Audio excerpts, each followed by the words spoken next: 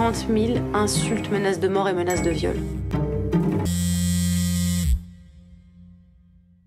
Guylaine Marois, bonjour. Bonjour. Bonjour. En fait, on présente le film Je vous salue, salope à Drummondville. C'est un film qui traite de la misogynie, en fait, au temps du numérique. Oui, en fait, les cyberviolences faites aux femmes. Ça a l'air compliqué comme ça, mais nous, on s'est rendu compte, en fait, que ce qui se passait sur le web, ben, c'était aussi grave que ce qui se passe dans la vie réelle. Donc, il y a des femmes qui vivent dans un film d'horreur permanent. Et puis, les gens ne s'en rendent pas compte. On banalise encore ce phénomène-là. Donc, c'est pour ça qu'on a fait le film. Le terrain de jeu est très grand sur Internet. Hein. Les victimes sont cachées derrière souvent un faux profil. Et même quand c'est un vrai profil, le terrain de jeu est grand. Donc, ça se fait à tous les niveaux. Au travail, peut-être des étrangers, mais en même temps, ça reste pas moins difficile à vivre pour les victimes. Oui, ben, c'est très difficile à vivre pour les victimes. Et c'était ça l'enjeu du film. C'était... Je me souviens quand on a commencé à pitcher le film là, à des diffuseurs, les gens me disaient « Ouais, mais qu'est-ce que tu vas faire? Est-ce que ça va être des entrevues de personnes qui racontent ce qui leur est arrivé? » Puis non, je leur disais « On va les suivre, puis on va vraiment vous faire vivre ce que c'est. » C'était ça notre pari, de faire vivre un peu ce que ces femmes vivent. Alors, là, en ce moment, on a quand même pas mal de succès avec le film, puis je pense que ça fonctionne, tu sais. C'est ça qui est important, pour qu'on change notre mentalité par rapport à ce phénomène-là. C'est important de ne pas banaliser ça. Puis on s'est rendu compte aussi, tu sais, c'est 7 ans de travail. Donc, pendant 7 ans-là, il y a beaucoup de choses qui se sont passées. Au départ, on le fait. Notre instinct, c'était que ça arrivait aux jeunes. On pensait que c'était un phénomène qui arrivait aux jeunes filles, où est-ce qu'il y avait des partages, par exemple, de photos intimes. Et il y a eu des drames, comme Amanda Todd, par exemple, au Canada, ou Rethea Parsons aussi. 2 jeunes filles qui se sont suicidées, 2 jeunes adolescentes qui se sont suicidées à la suite de cyberharcèlement. Alors, c'est un peu par là qu'on est entré, mais pour se rendre compte que c'était pas juste les jeunes femmes qui étaient cyberharcelées, qu'il y avait des femmes, en fait, les politiciennes, qui ont commencé à vraiment être cyberharcelées. Et finalement, l'enjeu, c'est la liberté d'expression des femmes. Tout à fait, c'est important de le dire. En fait, des femmes de pouvoir, souvent, vont être les victimes et ciblées rapidement dans ce genre de, je dirais, de situation-là où, en fait, ils deviennent, en fait, la tête de turc, en fait, derrière les grands écrans, derrière Twitter, derrière tous les comptes qui prolifèrent sur Internet. Oui. Pourquoi? Parce que ces femmes-là prennent de la place. Alors, quand les femmes prennent de la place dans l'espace public, bien, il y en a il y a une partie de la population, mais qui fait beaucoup de bruit, qui n'aime pas ça et qui veut les ramener à la cuisine, carrément. Je vous salue, salope, un type évocateur. Et pourquoi le titre? Pourquoi le titre? En fait, on a beaucoup pensé au titre. Puis c'était toujours un peu fade, tu sais, comme Misogynie 2.0 ou Le bûcher numérique. On avait plein de titres qui étaient bons, mais ça prenait quelque chose qui était à la hauteur de ce que les femmes vivaient.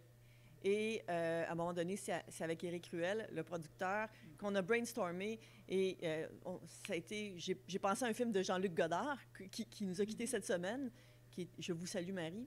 Je ne sais pas pourquoi ça m'a traversé l'esprit. Puis j'ai dit Je vous salue. Et Éric a dit Salope. Puis on s'est dit Oh mon Dieu, ça, c'est un titre choquant. Et là, l'enjeu, c'est que est-ce que nos partenaires vont l'accepter? Puis ça a été difficile à faire passer, ce titre-là. On avait même vu certains endroits, ils ont censuré un peu le mot salope, évidemment. Oui. Ça choque. Mais en fait, c'est un peu, le but du film, en fait, c'est un documentaire, c'est d'informer à la base. C'est d'informer et de sensibiliser. On ne voulait pas faire quelque chose juste avec de l'information lourde. Ça aurait pu être quelque chose avec plein d'experts qui nous racontent un phénomène. Mais nous, on est allés avec ce que les femmes vivent. On voulait donner la parole à ces femmes-là parce que ce que les misogynes veulent faire, c'est de leur enlever la parole. Alors, c'est dit, on leur donne la parole, on les suit, puis on va essayer de vivre essayer de faire comprendre ce qu'elles vivent. C'est ça aussi le cinéma, il faut faire vivre de l'émotion. Et parlant de cinéma, en fait, le film prend l'affiche, en fait, on est en tapis rouge ici à Drummondville, mais le film est en tournée au Québec et un des objectifs, c'est de faire parler, en fait, de dénoncer. C'est essentiellement le message, là.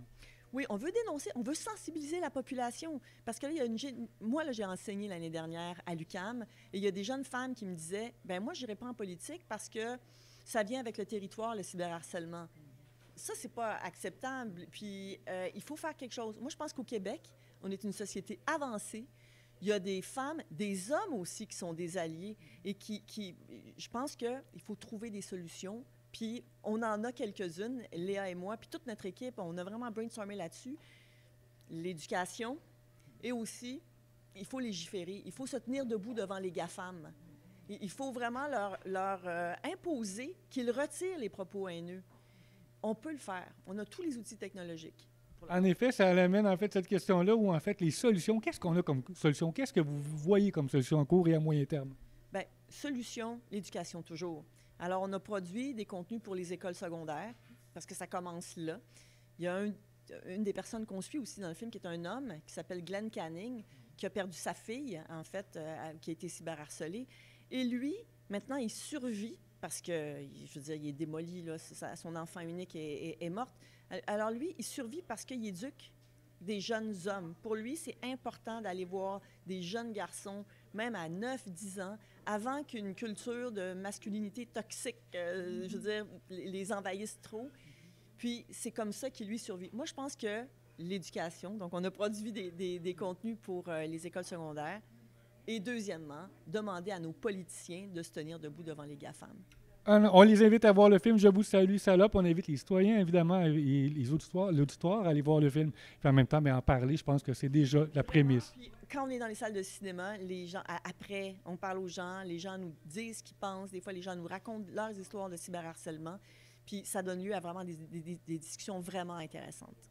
Excellent, merci beaucoup. En fait, on va souhaiter longue vie au film, mais en même temps, qu'il rejoigne la population et en fait le public cible, évidemment. Merci beaucoup.